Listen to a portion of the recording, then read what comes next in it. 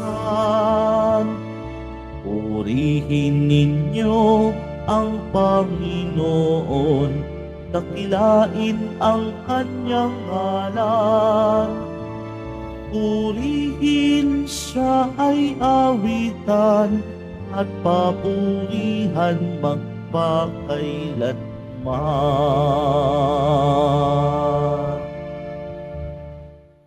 Sa ngala ng Ama at ng Anak at ng Espiritu Santo, Amen. sumainyo ang Panginoon. At sumaiyo rin.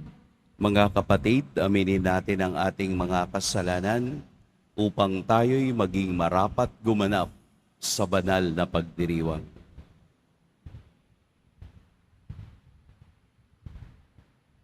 Tayo pong lahat, inaamin ko sa makapangyarihang Diyos at sa inyo mga kapatid, na lubha akong nagkasala sa isip, sa salita, sa gawa, at sa aking pagkukulang.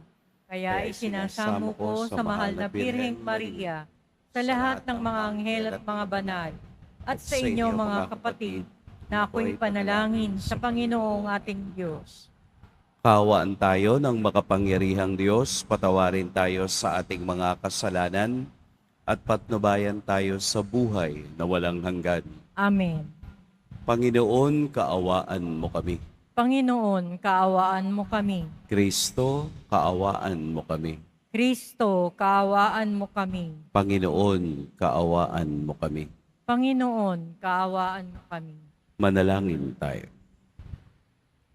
Ama naming makapangyarihan, kaming mga tinubos mo at kinupkop, ay tunghayan mo ngayon sa iyong kagandahang loob, upang sa pagsampalataya sa anak mong si Kristo, makamtan ang kalayaan at pamana sa piling mo. Sa pamamagitan niya, kasama ng Espiritu Santo, magpa sa walang hanggan. Amen. Magsiupo muna ang lahat. Pagbasa mula sa unang sulat ni Apostol San Pablo sa mga taga-Korinto. Mga kapatid, kung minsan ang isa sa inyo'y may reklamo laban sa kanyang kapatid, magsasakdal ba siya sa mga hukom na pagano, sa halip na ipaubaya sa mga hinirang ng Diyos ang pag-aayos ng usapin nila? Hindi ba ninyo alam na ang mga hinirang ng Diyos ang hahatol sa sanlibutan? At kung kayo ang hahatol sa sanlibutan, hindi ba ninyo kayang hatulan ng ganyang kaliit na bagay? Di ba ninyo alam na tayo ang hahatol sa mga anghel? Gaano pa ang mga bagay na may kinalaman sa buhay na ito? Kung kayo'y may usapin, idudulog pa ba ninyo ito sa mga taong di kinikilala ng simbahan? Mahiya-hiya naman kayo. Wala na ba sa inyong marunong mag-ayos sa sigalutan ng magkakapatid? Ano't nagsasakdal pa kayo sa hukuman, kapatid laban sa kapatid, at sa harapan pa ng mga taong walang pananampalataya? Ang pagkakaroon ninyo ng usapin laban sa isa't isa ay isa ng kabiguan sa inyong pagkakapatiran. Hindi ba mas mabuting tiisin na lamang ninyo ang pang-aapi at palampasin ng pandaraya sa inyo? Subalit kayo pa ang nang-aapi at nandaraya, at sa inyong mga kapatid pa naman. Hindi ba ninyo alam na ang mga makasalanan ay walang bahagi sa kaharian ng Diyos? Huwag ninyong dayain ang inyong sarili.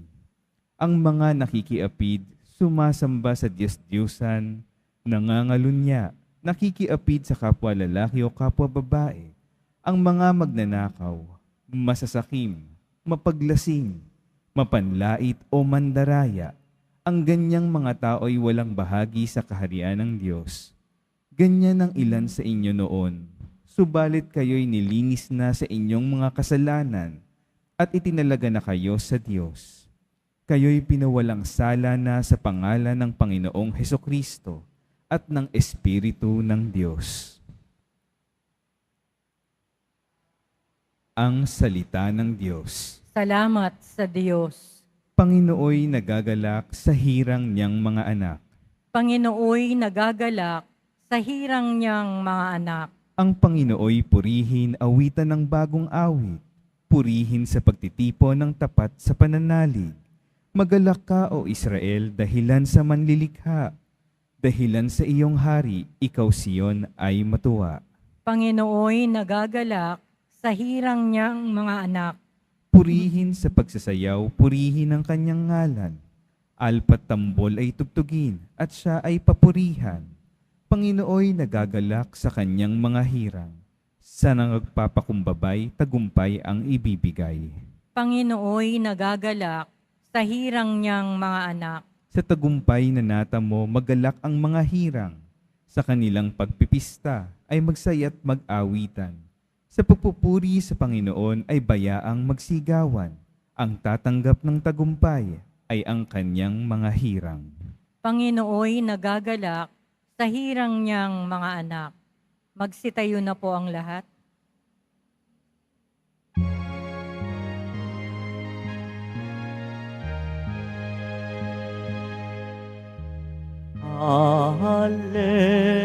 Alleluia,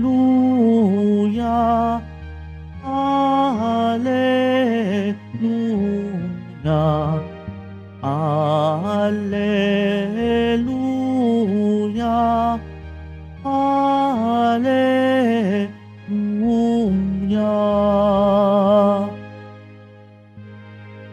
Inirang tayo ni Kristo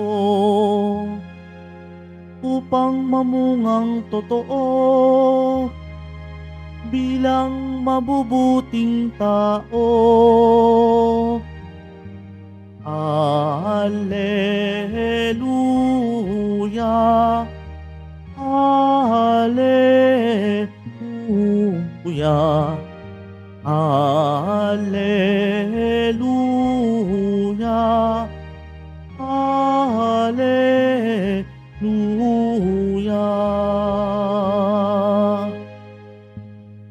Sumainyo ang Panginoon. At sumaiyo rin. Ang mabuting balita ng Panginoon ayon kay San Lucas. Papuri sa iyo, Panginoon. Noong panahong iyon, umahon si Jesus sa isang burol at magdamag doong nanalangin. Kinaumagahan, tinawag niya ang kaniyang mga alagad at pumili siya ng 12 sa kanila na tinawag niyang mga apostol. Si Simon na pinangalanan niyang Pedro at si Andres na kaniyang kapatid.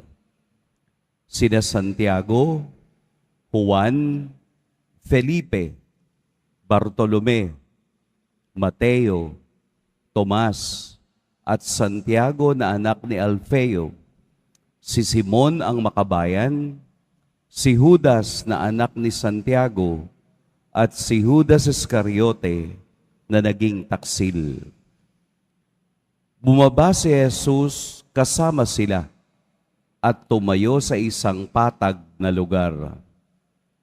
Naroon ang marami sa kaniyang mga alagad at ang napakaraming tao buhat sa Judea at Jerusalem at sa mga bayan sa baybaying dagat ng Tiro at Sidon. Pumaroon sila upang makinig sa kaniya at mapagaling sa kanilang mga karamdaman. Pinagaling din niya ang mga pinahihirapan ng masasamang espiritu at sinikap ng lahat ng tao na mahipo siya sapagkat may taglay siyang kapangyarihang makapagpagaling ng lahat. Mga kapatid, ang mabuting balita ng Panginoon. Pinupuri ka namin, Panginoong Hesukristo. Magsiupo muna tayong lahat. Magandang umaga po sa lahat. Meron daw po na mga tao na kapag nag-decide ay mabilisan. Yun bang parang in an instant, mabilis siyang mag-decide. Ano ba ang tawag natin sa ganong tao? Impulsive, di ba, no? Nakakita lang ng magandang kawali, agad-agad, no? Bibilin. na hindi niya alam dun sa kasunod na tindahan, mas mura pala ng 200. Madali tayong malinlang ng mga bagay sa paligid. Minsan hindi nag-iisip. Yun bang kulang tayo sa pagtingin at pagninilay sa kahit na anong bagay. Tandaan natin sa lahat nagtitinda, walang nagtitindang sasabihin niyang luma ang kaniyang tinda. Diba sa palengke, fresh po ba to? Bago po ba to? Ay opo, kararating lang. Kahit nung kahapon nakita mo nang nakalatag yon, kararating lang. Kahit sa mga department store, new arrival.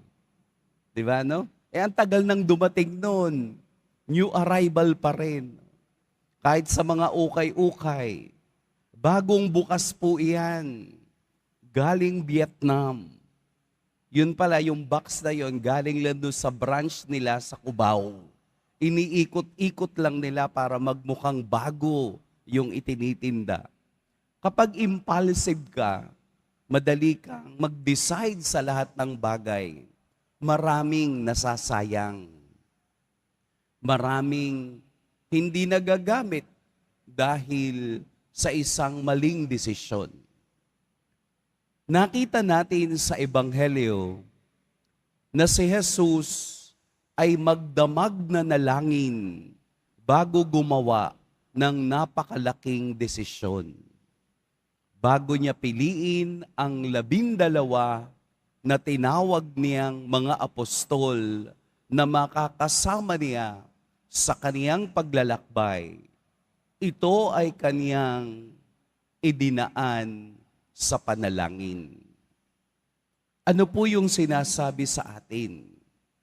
Na bawat desisyong ating gagawin, tayo ay mananalangin.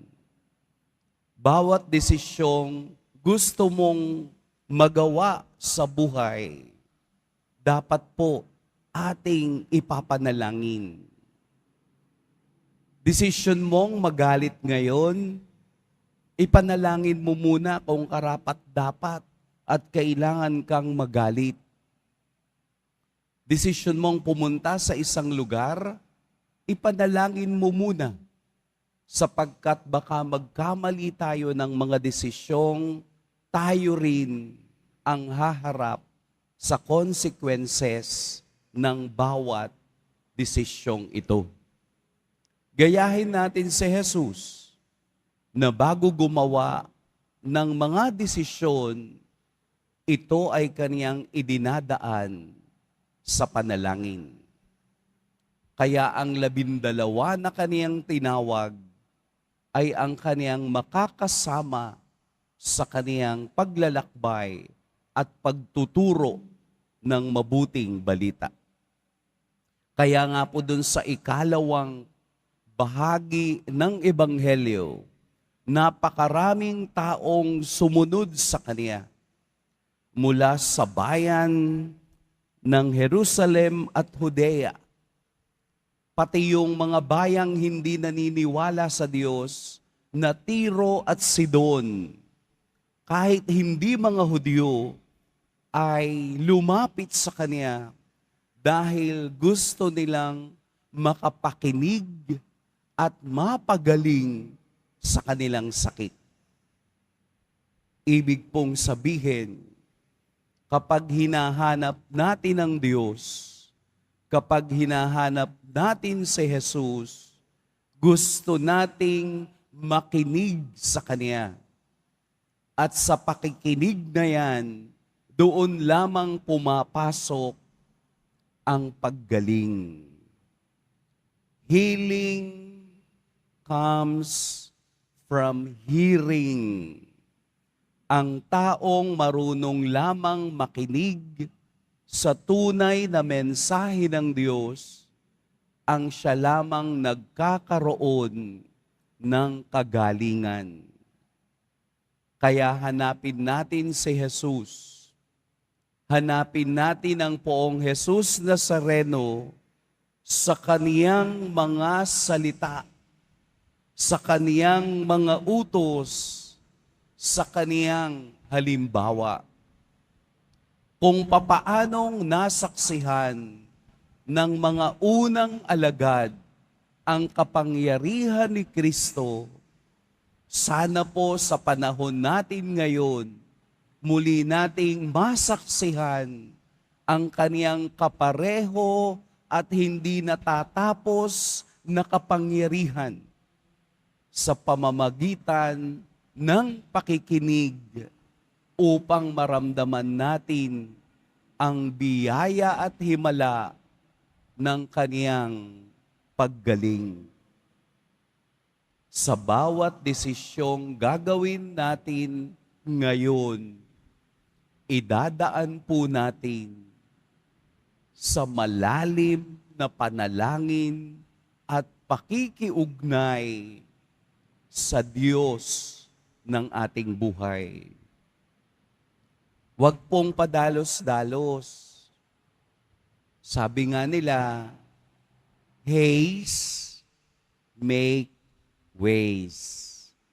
Ang nagmamadali ay nasasayang ang panahon. Mabuti na yung mabagal, pero tiyak at tumatakbo sa tamang katapusan. Mabuti na yung mabagal tayong nakikinig sa Diyos kesa nagmamadali sa buhay, pero nasasayang ang panahon, oras, at lahat ng bagay dahil walang kwenta ang kapupuntahan. Hayaan po natin na ang mga salita ni Jesus sa Ebanghelyo ngayon, katulad ng kaniyang pagpili, ay piliin din tayo na makita araw-araw ang kaniyang awa at pag-ibig sa lahat. Relax lang po.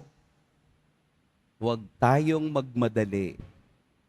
Kung papaanong nanalangin si Jesus ng magdamag, dinama niya ang kaniyang relasyon sa Ama upang sa kaniyang pagdesisyon, hindi siya magkakamali at nananatiling tiyak at ito ay nakatuon sa tamang resulta ng bawat gagawin. Alam po ba ninyo na naging pare ako, 48 years old na. Hindi ko binibida sarili ko ha. Pero lumaki ako sa seminaryo. After high school, nagseminaryo na ako. Pero sabi ko, hindi ito para sa akin. Kaya po ako ay lumabas ng 15 years.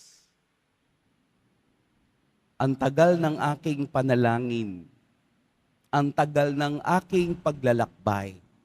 Hanggang ngayon, nananalangin pa rin ako para patuloy akong bigyan ng inspirasyon ng Diyos na sumunod araw-araw kahit na ito ay mahirap.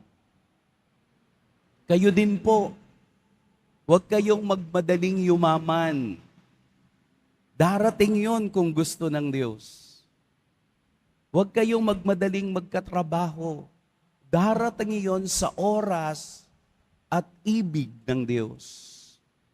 Idaan lang natin sa pananalangin magdamag. Ibig sabihin ng magdamag, pangmatagalan, palaging nananalangin, palaging nakatuon, at palaging nakakonekta sa Diyos upang makita natin ang kaniyang pag-ibig at awa. Pagkatapos noon, sasabihin mo sa iyong desisyon, no regrets. Wala akong pagsisisihan dahil ibinigay ko sa Diyos at ipinagkatiwala ang lahat ng desisyon sa aking buhay. Mag-iingat po tayo ngayong araw. Pagpalain tayo ng poong may kapal. Magsitayo na po ang lahat.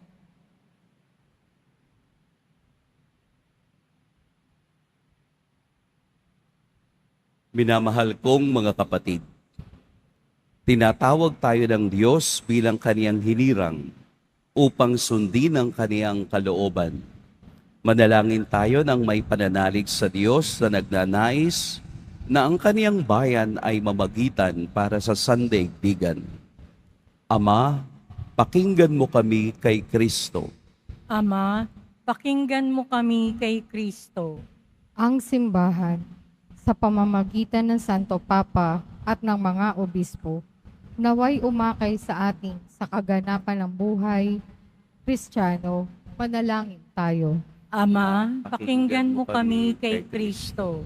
Ang mga mambabatas, naway gabayan ang ating bayan para sa kasiguraduhan ng kinabukasan at kaunlaran ng ating bayan, manalangin tayo. Ama, pakinggan mo kami kay Kristo. Tayo naway magsumikap at maging tapat sa ating bokasyon na itinakda ng Diyos para gampanan natin, manalangin tayo. Ama, pakinggan mo kami kay Kristo. Ang mga matatanda, may sakit at nalulumbay, naway matagpuan ang presensya ng Diyos sa kanilang mga pagsubok at paghihirap, manalangin tayo.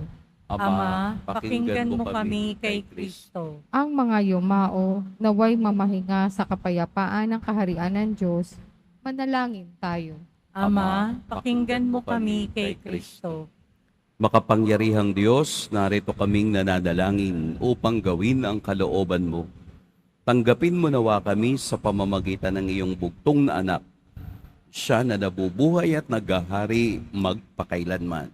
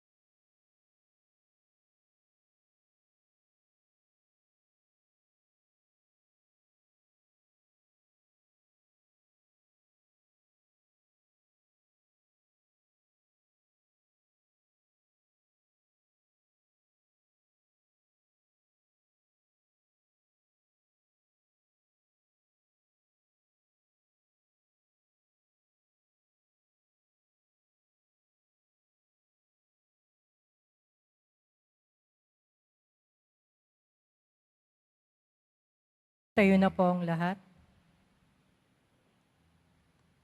Manalangin kayo mga kapatid upang ang paghahain natin ay kalugdan ng Diyos amang makapangyarihan. Tanggapin nawa ng Panginoon itong paghahain sa iyong mga kamay, sa kapurihan niya at karangalan, sa ating kapakinabangan at sa buong sambayanan niyang banal. Ama naming lumikha, ikaw ang gumagawa ng wagas na katapatan at kapayapaan. Ipagkaloob mo ang iyong kadakilaan ay aming handugan, ng iyong minamarapat na aming maialay, at naway magkaisa kami sa pakikinabang, sa banal na paghahain ngayoy ipinagdiriwang, sa pamamagitan ni Hesukristo, kasama ng Espiritu Santo, magpa sa walang hanggan.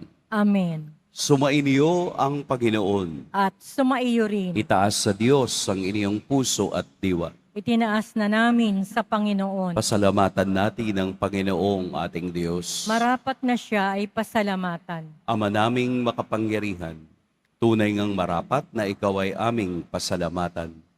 Sa iyong paglingap at kagandahang loob, ang tao'y nilikha mo't pinangasiwa sa sansinukob. Sa hangad mong siya'y iwastong lubos, siya'y pinagdusa mo sa kaniyang pagtalikod.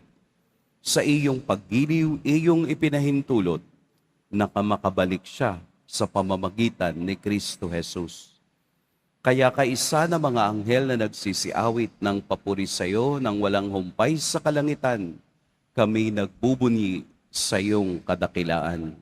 Santo, Santo, Santo, Panginoong Diyos ng mga hukbo, napupuno ang langit at lupa ng kadakilaan mo. O sana sa kaitaasan, pinagpala ang naparirito sa ngalan ng Panginoon. O sana sa kaitaasan. Magsiluhod po ang lahat. Ama naming banal, ikaw ang bukal ng tanang kabanalan.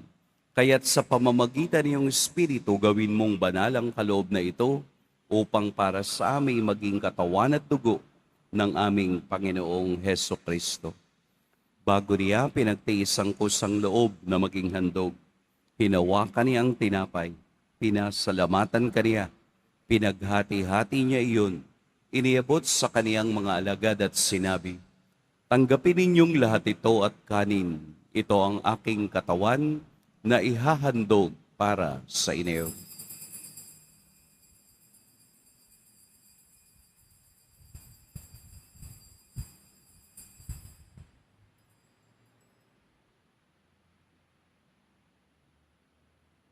Gayun din naman noong matapos ang hapunan, hinawakan niya ang kalis, muli kaniyang pinasalamatan, inabot niya ang kalis sa kaniyang mga alagad at sinabi, "Tanggapin ninyong lahat ito at inumin, ito ang kalis ng aking dugo. Nang bago at walang hanggang tipan, ang aking dugo na ibubuhos para sa inyo at para sa lahat, sa kapagpapatawad ng mga kasalanan. Gawin ninyo ito sa pag-alala sa akin."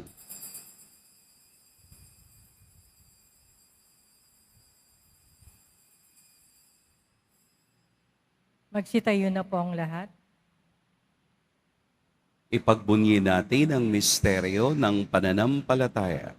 Si Kristo'y namatay, si Kristo'y nabuhay, si Kristo'y babalik sa wakas ng panahon.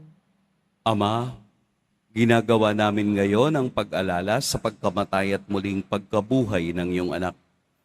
Kaya't iniaalay namin sa iyo ang tinapay na nagbibigay buhay at ang kalis na nagkakaloob ng kaligtasan. Kami nagpapasalamat dahil kami iyong minarapat na tumayo sa harap mo para maglingkod sa iyo. Isinasamo namin kaming magsasalo-salo sa katawan at dugo ni Kristo ay mapuklod sa pagkakaisa sa pamamagitan ng Espiritu Santo. Ama, lingapin mo ang iyong simbahang laganap sa buong daigdig. Puspusin mo kami sa pag-ibig kay Sanay Francisco na aming Papa at ni Jose na aming Obispo at ng Tanang Kaparian. Alalahanin mo rin ang mga kapatid naming nahimlay nang may pag-asang sila'y muling mabubuhay, gayon din ang lahat ng mga pumanaw. Kaawaan mo sila at patuloyin sa iyong kaliwanagan. Kaawaan mo at pagintapating kaming lahat na makasalo sa iyong buhay na walang wakas. Kaisa ng mahal na Birheng Maria na ina ng Diyos, ng kabiyak ng puso niyang si San Jose, kaisa ng mga apostol ni San Juan Bautista, at ng lahat ng mga banal na namuhay dito sa daigdig ng kalugod-lugod sa iyo, maipagdiwang nawa namin ang pagpupuri sa ikararangal mo sa pamamagitan ng iyong anak na aming Panginoong Heso Kristo. Sa pamamagitan ni Kristo, kasama niya at sa Kaniya, ang lahat ng parangal at papuri sa iyo, Diyos, Amang makapangyarihan, kasama ng Espiritu Santo, magpa sa walang hanggan. Amen. Sa tagubili ng nakagagaling na utos at sa turo ni Jesus na Panginoon natin at Diyos, ipahayag natin ng lakas loob. Ama namin, Sumasalangit ka, sambahin ang ngalan mo, mapasa amin ang kaharian mo, sundin ang loob mo dito sa lupa para ng sa langit. Bigyan mo kami ngayon ng aming kakanin sa araw-araw, at patawarin mo kami sa aming mga sala, para ng pagpapatawad namin sa nagkakasala sa amin. At huwag mo kaming ipahintulot sa tukso, at iadya mo kami sa lahat ng masama. hinihiling namin kami iadya sa lahat ng masama pagkalooban ng kapayapaan araw-araw, iligtas sa kasalanan at ilayo sa lahat ng kapahamakan, samantalang aming pinananabikan ang dakilang araw ng pagpapahayag ng tagapagligtas naming si Hesukristo. Sapagkat iyo ang kaharian at ang kapangyarihan at ang kapurihan magpakailanman. Amen. Panginoong Hesukristo, sinabi mo sa iyong mga apostol, kapayapaan ang iniiwan ko sa inyo, ang aking kapayapaan ang ibinibigay ko sa inyo. Tunghayan mo ang aming pananampalataya at huwag ang aming pagkakasala. Pagkalooban mo kami ng kapayapaan at pagkakaisa ayon sa iyong kalooban, kasama ng Espiritu Santo, magpa sa walang hanggan. Amen. Ang kapayapaan ng Panginoon naway laging sumainyong lahat. At sumaiyo rin. Magbigayan kayo ng kapayapaan sa isa't isa. Kordero ng Diyos na nag-aalis ng mga kasalanan ng sanlibutan, maawa ka sa amin. Kordero ng Diyos na nag-aalis ng mga kasalanan ng sanlibutan, maawa ka sa amin. Kordero ng Diyos na nag-aalis ng mga kasalanan ng sanlibutan, ipagkaloob mo sa amin ang kapayapaan. Magsiluhod po ang lahat. Narito si Jesus, ang Diyos na patuloy na tumatawag sa atin sa araw-araw. Ito ang kordero ng Diyos. Ito ang nag-aalis sa mga kasalanan ng sanlibutan. Mapapalad ang inaanyayahan sa kaniyang piging. Panginoon, hindi ako karapat-dapat na magpatuloy sa iyo, ngunit sa isang salita mo lamang ay gagaling na ako.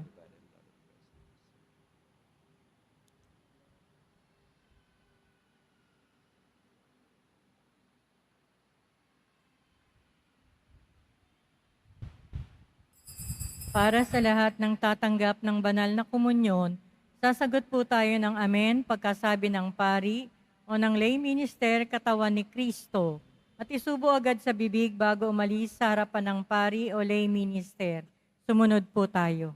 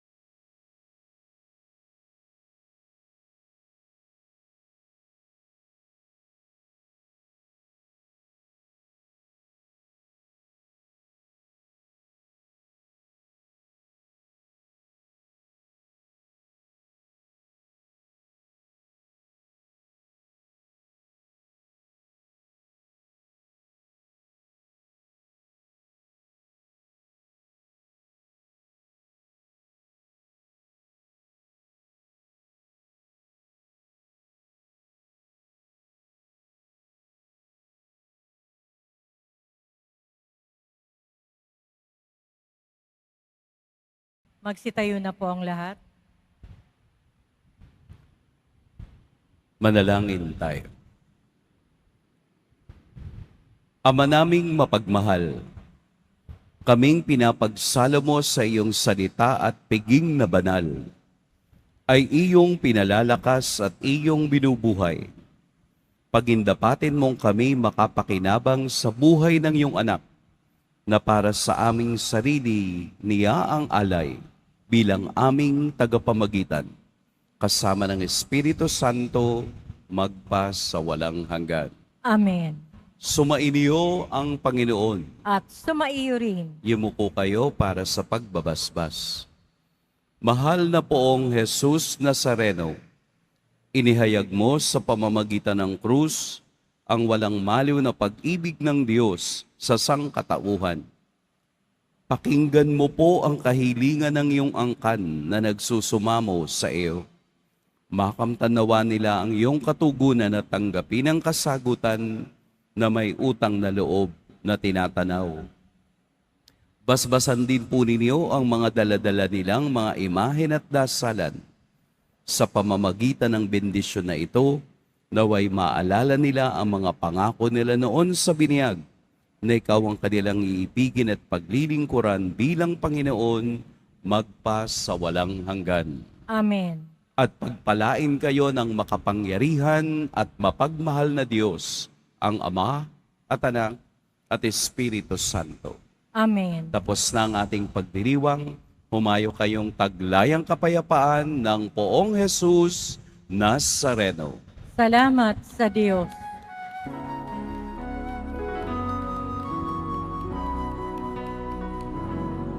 Nuestro Padre Jesús Nazareno, sinasamba ka namin. Pinipintuho ka namin. Aral mo ang aming buhay at kaligtasan. Nuestro Padre Jesus Nazareno, iligtas mo kami sa kasalanan. Ang krus mong kinamatayan ay sagisag ng aming kaligtasan. Nuestro Padre Jesus Nazareno, inarangal ka namin.